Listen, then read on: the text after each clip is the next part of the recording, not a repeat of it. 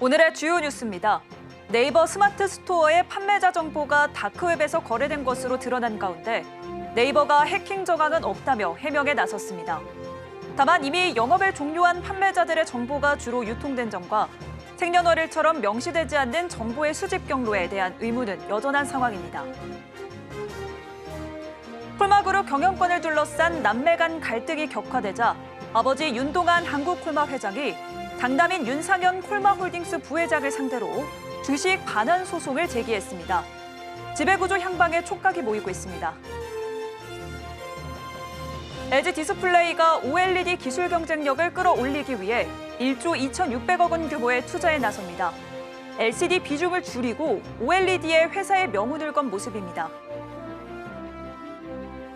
자본 잠식 상태에 빠진 KDB 생명을 품은 산업은행의 고심이 깊어지고 있습니다.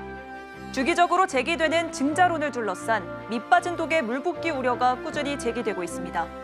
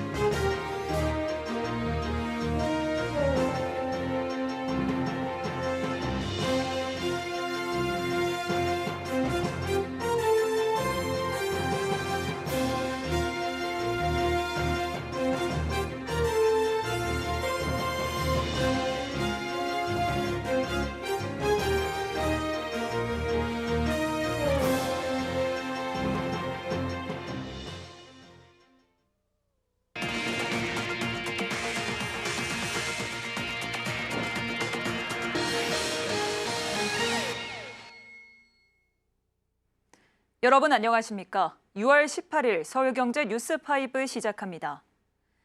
네이버의 창업 플랫폼 스마트 스토어의 판매자 정보가 다크웹에서 거래된 것으로 드러났습니다. 네이버는 해킹의 정황은 없다며 즉각 해명에 나섰는데요. 이미 영업을 종료한 판매자들의 정보가 주로 유통된 점과 생년월일처럼 명시되지 않는 정보의 출처와 수집 경로에 대한 의문이 여전한 상황입니다. 이수빈 기자입니다. 네이버 스마트 스토어 판매자 약 73만 명의 정보가 다크웹에서 거래되고 있는 것으로 나타났습니다. 네이버는 해킹 정황은 없다며 해명에 나선 상황. 네이버 스마트 스토어의 판매자 정보는 지난 1월부터 이달 초까지 다크웹에서 파일 형태의 매물로 유통됐습니다. 다크웹이란 특정 경로를 통해야만 접속할 수 있는 인터넷 공간으로 해커들이 해킹한 정보를 공유하거나 사고 팔 수 있는 곳입니다. 다크웹에 올라온 스마트 스토어 판매자 관련 정보에는 상호명과 업종, 이메일, 판매자 이름뿐 아니라 생년월일, 휴대전화 번호 등의 개인정보가 포함되는데 이들 정보 중 상당수는 이미 영업을 종료한 판매자들의 정보인 것으로 알려졌습니다. 이에 대해 네이버는 개별 스마트 스토어 페이지에 공개돼 있던 판매자 정보를 수집했을 가능성이 높다며 자동으로 웹페이지 내 정보를 모으는 크롤링을 통한 정보 수집으로 보인다고 설명했습니다. 즉 제3자가 이미 웹페이지에 공개돼 있던 정보를 수집해 다크웹에 게시했다는 겁니다. 또 자체 점검 결과 현재까지 자사 시스템에 개인정보 데이터베이스 침해 정황은 없다며 해킹 흔적은 발견되지 않았다고 설명했습니다. 다만 왜 이미 영업을 종료한 판매자들의 정보들이 주로 유통됐는지는 확인되지 않았습니다. 업계에선 운영 중단 계정을 선별해 데이터화한 정황을 볼 때 단순 크롤링 행위로 보기 어렵다는 분석도 나옵니다. 또 스마트 스토어 웹페이지에 명시되지 않는 생년월일과 같은 정보도 함께 수집됐다는 점도 의문입니다. 정보 출처와 수집 경로에 대한 면밀한 재검토가 필요하다는 지적이 나옵니다. 서울경제TV 이수빈입니다. 콜마그룹 경영권을 둘러싼 남매 간 갈등에 결국 아버지가 나섰습니다. 창업주 윤동한 한국콜마 회장이 장남인 윤상현 콜마홀딩스 부회장을 상대로 주식 반환 소송을 제기하며 강경 대응에 나섰는데요. 이번 사태가 콜마그룹 지배구조 전반에 어떤 영향을 미칠지 주목됩니다. 이혜연 기자입니다. 콜마그룹 창업주 윤동한 한국콜마 회장이 장남인 윤상현 콜마홀딩스 부회장을 상대로 콜마홀딩스 주식 460만 주의 반환 청구 소송을 제기했다고 오늘 밝혔습니다. 윤 부회장이 콜마홀딩스 최대 주주로서 권한을 남용해 합의된 승계구조의 일방적 변경을 시도했다는 이유에서입니다. 지난 2019년 윤 회장은 윤 부회장과 장녀 윤여원 콜마 B&H 대표의 각자의 영역을 존중하고 상호 협력을 전제로 윤 부회장에게 주식 230만 주를 부담부 증여했습니다. 이에 따라 윤 부회장은 콜마홀딩스 주식 약 30%를 보유해 최대 주주가 된 상황. 콜마그룹의 남매 갈등은 콜마홀딩스가 콜마 B&H 이사진 개편에 개입하면서 시작됐습니다. 콜마홀딩스가 윤 부회장과 식품 헬스케어 전문가인 이승화 전 CJ제일제당 부사장을 콜마 B&H 사내이사로 선임하자는 안을 제안했지만 윤여원 대표가 이를 거부하면서 갈등이 본격화된 겁니다. 윤 부회장은 콜마 B&H의 실적이 부진하다는 이유로 이사회 재편을 주장해왔습니다. 콜마홀딩스 측은 상장사의 경영 판단은 혈연이 아닌 기업 가치와 주주 이익을 기준으로 이루어져야 한다며 흔들림 없이 콜마 B&H의 경영을 쇄신하고 주주 가치 제고를 위해 최대 주주로서 책임을 다하겠다는 입장. 반면 윤 대표는 실적이 회복세로 돌아섰다며 경영진 교체 명분을 납득하기 어렵다고 반발하고 있습니다. 콜마 B&H 측은 올해 4월부터 뚜렷한 실적 반등을 보여 업계의 주목을 받고 있다며 선제적 투자와 글로벌 시장 공략 등에 따른 실적 회복 흐름은 윤여원 대표 체제 이후 추진된 사업구조 재편과 중장기 투자 성과가 가시화된 결과라고 강조했습니다. 윤 회장이 주식 반환 청구 소송을 통해 경영권 질서를 바로잡겠다는 입장인 가운데 업계에선 이번 소송이 남매 간 경영권 분쟁의 분수령이 될 것으로 보고 있습니다. 서울경제TV 이혜연입니다. 이재명 대통령이 국내 투자 활성화를 촉구한 가운데 구강모 LG그룹 회장이 스타트를 끊었습니다. LG디스플레이가 국내에 1조 2,600억 원가량 투자에 나서며 유기발광 다이오드, 이 OLED 기술 경쟁력을 끌어올린다는 계획인데요. OLED의 회사의 명운을 건 배수진을 친 모습입니다. 김혜영 기자입니다. LG디스플레이가 1조 2,600억 원의 투자 계획을 내놨습니다. 이재명 대통령 취임 후 국내 기업의 첫 조단위 공식 투자 발표입니다. 새 정부가 국내 투자 활성화를 촉구한 가운데 구강모 LG그룹 회장이 조단위 투자로 화답한 겁니다. LG디스플레이는 OLED 신기술에 대규모 투자를 집행한다는 계획. 약 7천억 원을 경기도 파주 생산단지 설비 등 인프라 구축에 쓸 예정입니다. 중국 LCD 공장 매각 대금으로 국내에 재투자하는 리쇼어링에 나선 모습입니다. 중소협력기업과 지역경제 낙수 효과도 기대되는 상황. LG디스플레이는 이번 투자를 통해 디스플레이 시장에서 주도권을 확보한다는 계획입니다. LCD 등 경쟁력이 떨어진 제품 대신 OLED 기술 경쟁력을 끌어올려 흑자 전환에 속도를 낸다는 방침입니다. 사실상 OLED에 사업 명운을 건 배수진을 쳤다는 분석도 나옵니다. 여기에 강도 높은 비용 절감과 사업 포트폴리오 개편을 통해 턴어라운드도 준비하고 있습니다. 올해 1분기 335억 원의 영업 흑자를 기록한 데 이어 연간 흑자 달성을 위한 초읽기에 들어갔다는 전망. 올해 OLED 생산 라인 감가상각이 끝나는 데다 주력하고 있는 글로벌 OLED TV 시장도 성장세를 나타내고 있습니다. 이와 함께 중국 디스플레이 업체를 상대로 특허 침해 소송을 내고 중국의 기술 탈취에도 제동을 걸며 기술력과 혁신을 기반으로 성장세를 이어간다는 전략입니다. 서울경제TV 김혜영입니다. 울며 겨자 먹기로 자본 잠식 상태에 빠진 KDB생명을 품은 산업은행의 고심이 깊어지고 있습니다. 주기적으로 제기되는 증자론을 둘러싼 밑빠진 독의 물붓기 우려가 꾸준히 제기되고 있고 내부적으로는 대안 마련이 쉽지 않아 공회전 중입니다. 이연아 기자입니다. 금융권에 따르면 산업은행이 현재 자회사 KDB생명을 대상으로 1조 원 규모 유상증자 추진을 검토 중입니다. 올해 1분기 기준 KDB생명의 자기자본은 마이너스 1,348억 원으로 자본 잠식률이 127%에 달합니다. 신종자본증권 2,402억 원을 제외하면 실질 자본 잠식률은 175%로 올라가면서 지난 3월 KDB 생명을 자회사로 편입한 산업은행의 고심이 깊어지고 있습니다. 산업은행은 그동안 KDB 생명에 1조 5천억의 공적 자금을 투입했지만 악화된 자본 구조를 개선하지 못하면서 10년째 밑빠진 독에 물붓기, 혈세 낭비 비판을 받고 있습니다. 지난 5일 3년 임기를 마치고 퇴임한 강석훈 산업은행 회장도 KDB 생명 매각을 완수하지 못한 채 떠나면서 차기 회장 우선 과제로 남겨진 상황입니다. 일각에서는 산업은행의 KDB 생명 재무 건전성 회복을 위한 증자 조치에 따라 산업은행의 자기자본 비율 하락을 우려하기도 합니다. 산업은행은 내부적으로 KDB 생명에 대한 민간 시장 수준의 적극적 체질 개선, 강도 높은 구조 조정은 사실상 어렵다는 분위기입니다. 산업은행의 KDB 생명 증자 신청에 대한 결정권을 지닌 금융위원회는 신중론을 고수하고 있습니다. 무엇보다 증자는 공적 자금 집행이기 때문에 신중해야 한다는 점, 중장기적인 관점에서 증자 이외에 자산 매각, 체질 개선 등 다각적 논의가 필요하다는 입장입니다. 서울경제TV 이연아입니다. 국내 주요 가상자산 거래소인 빗썸이 대주주 리스크에서 벗어나며 상장을 위한 지배구조 정비에 속도를 내고 있습니다. 다음 달 주총을 통해 인적 분할을 추진하고 내년 상장을 목표로 본격적인 IPO 수순에 돌입했습니다. 김도화 기자입니다. 가상자산 거래소 빗썸이 다음 달 11일 주주총회를 열고 신설법인 빗썸A 설립을 위한 인적 분할 안건을 상정합니다.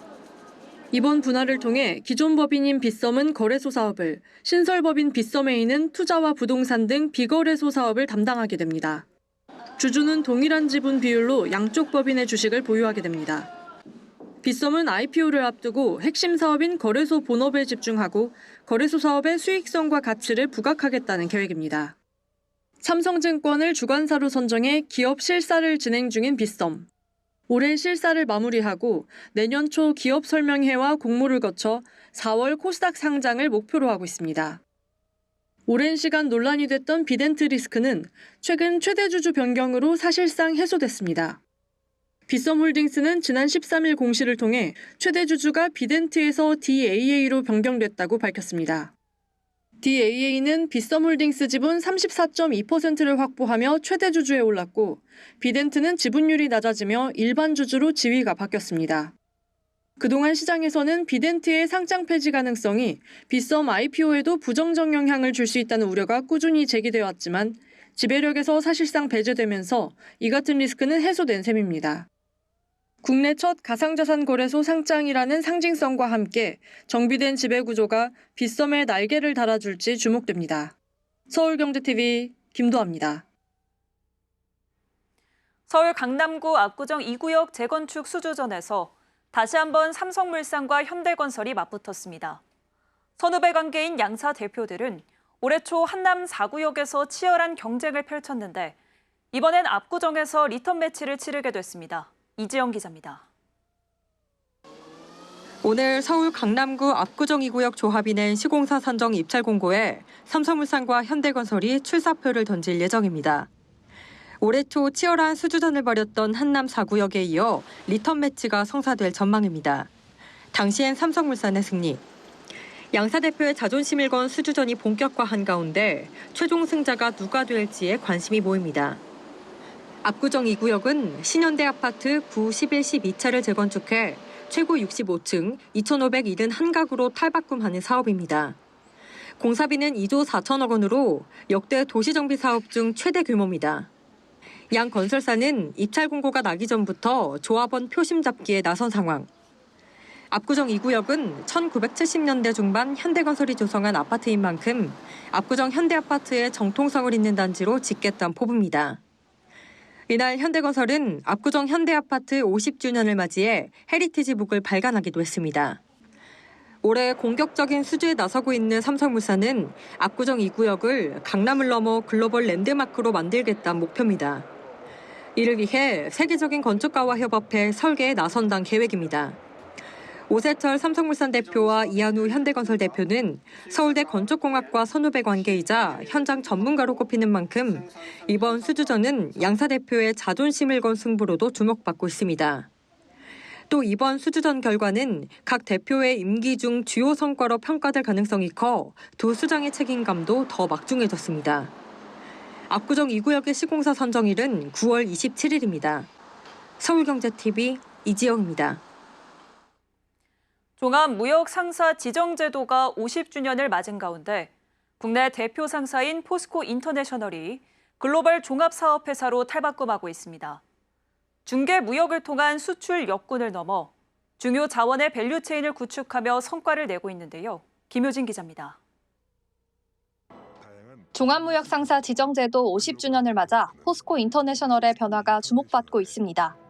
에너지, 식량, 2차 전지 소재 등 자원을 중개무역하던 사업 구조에서 중요 자원의 밸류체인을 구축하고 이를 통해 자산 기반의 글로벌 종합 사업회사로 거듭나는 모습입니다. 포스코 인터내셔널이 가장 역점을 둔 부분은 에너지. LNG 탐사 생산부터 수송, 저장, 발전에 이르는 전 밸류체인을 확보하고 있습니다.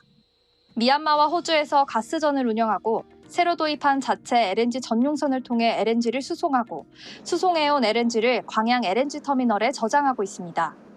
특히 올해는 광양 제2터미널을 증설하며 LNG 터미널이라는 인프라를 이용해 벙커링 사업과 시운전 사업도 확대하고 있습니다.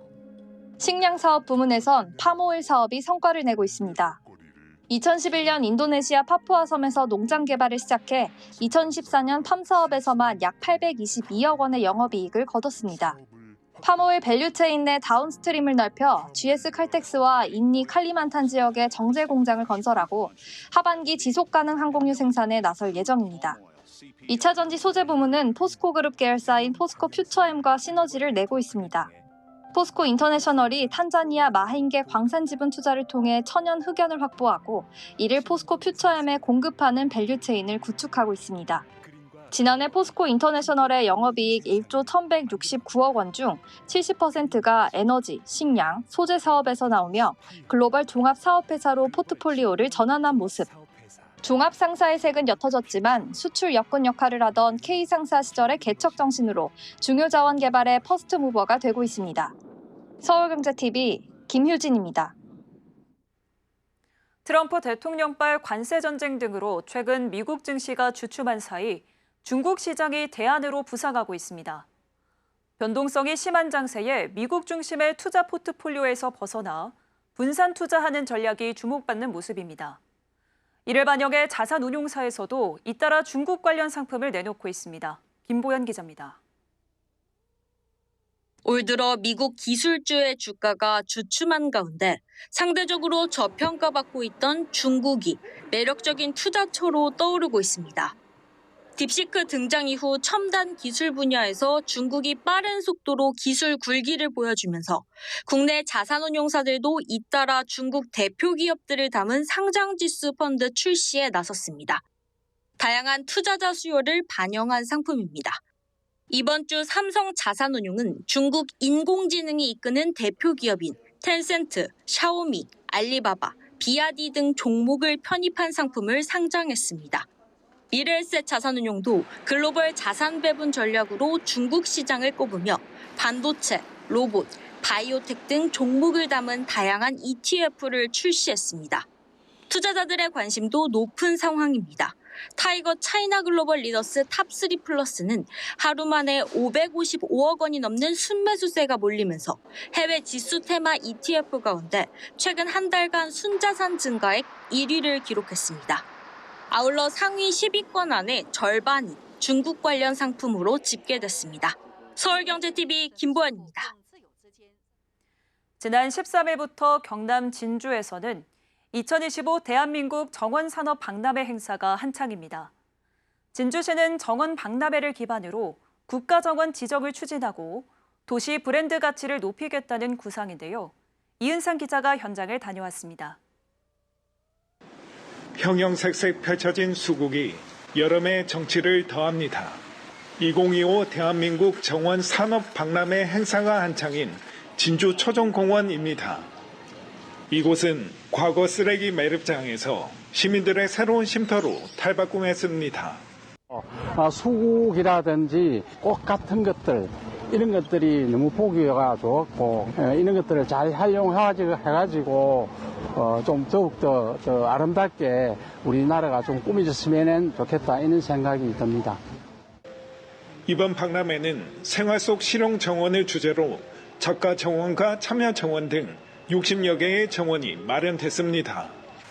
현대인들의 생활 방식을 고려한 도심 속 실내 정원과 자생 식물을 활용한 자연형 정원까지 다채로운 풍경을 선사합니다. 특히 산업적 측면에서 정원 산업의 현재와 미래를 조망하는 다양한 학술 행사도 열려 풍성한 볼거리를 더합니다. 진주시는 정원 박람회를 기반으로 전남 순천만과 울산 태화강에 이은 국가정원 지정을 추진하고 있습니다. 관광객 유입을 통한 지역 경제 활성화와 도시 브랜드 가치를 높이는 효과가 기대되기 때문입니다. 이런 정원 산업박람회를 개최를 함으로써 정원도시라는 도시 브랜드 가치를 확고하게 가질 수 있는 그런 기회가 될 것으로 생각을 합니다. 서울경제TV 영남 이은상입니다. 한국토지주택공사가 호국 보훈의 달을 맞아 주한미군과 함께 국가유공자 후손 주택 개보수 봉사활동을 진행했습니다. LH 임직원과 주한미군 장병 등 40여 명은 지난 17일 충남 천안시 서북구에 위치한 국가유공자 후손 주택을 방문해 낡은 지붕과 데크, 처마 등을 철거하고 새롭게 단장했습니다. 이번 활동은 국가유공자 예우를 위한 LH의 사회공헌 사업 명예를 품은 집의 일환으로 진행됐습니다. LH는 이 사업을 통해 지난해까지 총 224호의 국가유공자 주택 보수를 완료했습니다. 올해는 80여 대 세대를 추가 지원해 300호 이상의 주택을 개보수한다는 계획입니다. 현대차가 국내 완성차 브랜드 최초로 세계 최고 권위의 칸 국제 관고제에서 4관왕을 달성했습니다. 현대차 단편 영화 밤낚시와 사회공헌 홍보 캠페인 나무특파원이 칸 라이언즈에서 그랑프리와 금사자상 등 총 4개의 상을 받았습니다. 롯데건설이 능동형 진동 제어 기술을 이용한 층간소음 저감 장치를 개발해 특허를 출원했습니다. 이 장치는 공동주택 위층에서 소음을 유발하는 충격이 발생하면 그 충격을 상쇄하는 진동을 발생시켜 소음을 저감하는 방식입니다. 아시아나항공이 오늘부터 3주간 홈페이지 또는 모바일 앱을 통해 마일리지 항공권 구매 시 일본, 중국, 동남아 등 총 34개 노선에서 최대 10,000 마일리지 할인 행사를 진행합니다.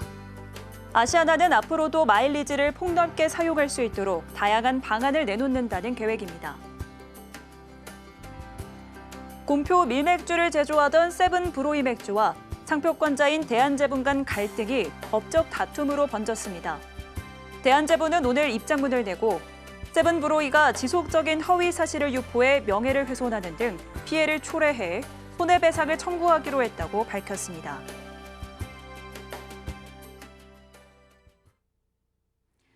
서울경제 뉴스5 저희가 준비한 소식은 여기까지입니다. 함께해 주신 여러분 고맙습니다.